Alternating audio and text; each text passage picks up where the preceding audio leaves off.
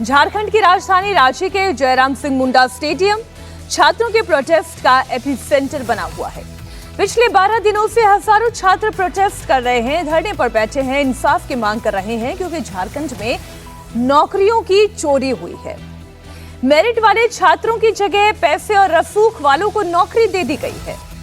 पिछले 7 सालों में झारखंड में 30,000 से ज्यादा पदों पर भर्तियां हुई, लेकिन अब हर भर्ती पर सवाल उठ रहे हैं क्योंकि नौकरियां बेची गई हैं। वैकेंसी आने से पहले ही उसकी बोली लग जाती थी। आज आपको बताऊंगी कि कैसे झारखंड में सरकारी नौकरियों की भर्ती में खेल हुआ है। पैसे लेकर सरकारी नौकरियां कैसे बेची गई, किसने बेची, पेपर लीक माफिया का सिंडिकेट कैसे काम करता था और कैसे ब्लैक लिस्टेड कंपनी को नौकरी देने का ठेका दिया गया, टीडीपीएल का पूरा डर्टी गेम क्या है, वो सब कुछ आपके सामने रखूंगी। लेकिन सबसे पहले एक बड़ा अपडेट आपको दे दूं। जेपीएससी और जेएसएससी परीक्षा में कथित गड़बड़ियों के खिलाफ छात्रों का आंदोलन धीरे धीरे और तेज हो गया है। छात्रों ने 10 मार्च को झारखंड विधानसभा के घेराव का ऐलान किया। छात्रों का कहना है कि जब तक उनकी डिमांड नहीं मानी जाती तब तक उनका आंदोलन जारी रहेगा। और इस बीच पिछले 4 दिनों से अनशन पर बैठे हुए देवेंद्र नाथ महतो ने आज सोनम वांगचुक से फोन पर बात भी की। वांगचुक ने देवेंद्र नाथ महतो से अनशन तोड़ने की अपील की। वांगचुक ने सलाह दी कि देवेंद्र नाथ महतो पानी पी लें। उनके आग्रह पर देवेंद्र नाथ महतो ने पानी पिया, लेकिन उनका अनशन जारी है। देवेंद्र नाथ महतो ने सोनम वांगचुक से अपील भी की कि वो छात्रों से 10 अगस्त को होने वाले मार्च में शामिल होने की अपील करें। और उसके बाद सोनम वांगचुक ने आश्वासन दिया कि वो जल्द ही उनके सपोर्ट में रांची आएंगे और इस प्रोटेस्ट में जरूर शामिल होंगे। मैं यही आपसे अपील करूंगा, अभी जैसा कि मैं कह रहा था कि आपको जल लेना चाहिए, जल और नमक तो कम से कम लेना चाहिए। देखिए, अनशन के कई तरीके हैं, प्रथाएं हैं, कई प्रथाएं हैं, जिनमें से एक है शहद और नमक और जल लेना। वो तो बहुत लंबा 100 दिन का चलता है, वो ना भी करें। शहद ले तो 100 से ज्यादा दिन रह पाते हैं, उतना लंबा ना ही बहू, मगर जल के साथ नमक, गांधी जी नींबू भी लिया करते थे, मगर हमारे समय में हमने जल और नमक लिया। और फिर जल ना ले तो 4, 5, 6 दिन के बाद आप कुछ नहीं कर पाएंगे, फिर आपको हटाना पड़ेगा, क्योंकि हमारी मंजिल आत्महत्या नहीं है, हमारी मंजिल है आत्मा को जगाना औरों के। तो उसके लिए हमें समय चाहिए, तो आप जल जरूर लीजिएगा। मैं आपसे विनती कर रहा था, अभी भी कर रहा हूँ, सभी से विनती करूंगा कि उन्हें जल पिलाएं और जल के साथ आप अनशन पे रहें। ये बहुत ही बेहतरीन तरीका है सरकार में कि आत्मा को जगाना, अधिकारियों के आत्मा को जगाना, और उसके लिए आपको जिंदा रहना होगा। सर, आपका बार बार आग्रह है कम से कम जल लेने का।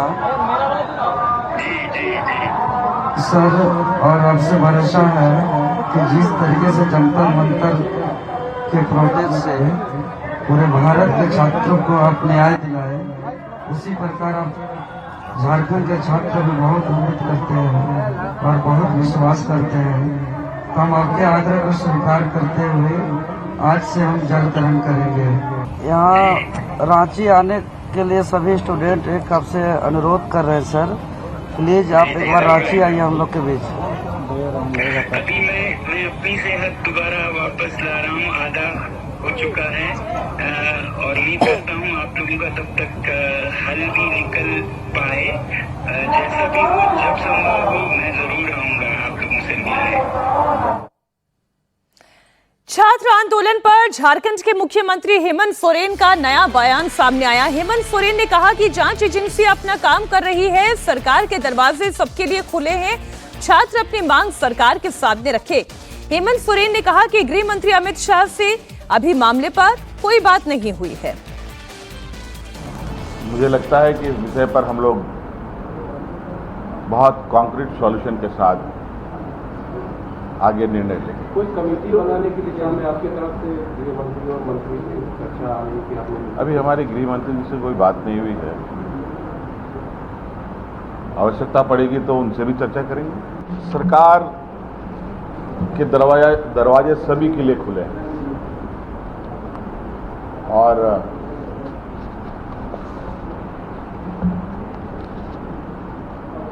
मुझे लगता है सभी लोगों को या जिनकी मांगे सरकार से है वो अपनी बातें रख सकते हैं और निश्चित रूप से उनके विषय अप्रत्यक्ष रूप से तो हमारे संज्ञान में है ही और वो लोग अपनी बातों को रखेंगे तो निश्चित रूप से सरकार उसकी बातों को गंभीरता से लेगी। एजेंसीज हैं, एजेंसी देश में कौन कौन सा है आप सबको पता है और कौन कौन किस तरीके से काम कर रहा है वो भी पता है और कैसे आंदोलन के मोर्चे संभाले जा रहे हैं वो भी आपको पता है। आज तो हमने शायद जिस तरीके से इसमें संज्ञान लिया है सरकार ने, जिस तरीके से इसमें अपनी कदम बढ़ाई है और सभी राज्यों में ऐसी घटनाएं हमारे कानों तक में है जहां ऐसी घटनाएं तो हो रही हैं लेकिन सरकार कोई कदम नहीं उठा। सत्र हम लोगों ने आहूत इसीलिए किया है कि सत्र चले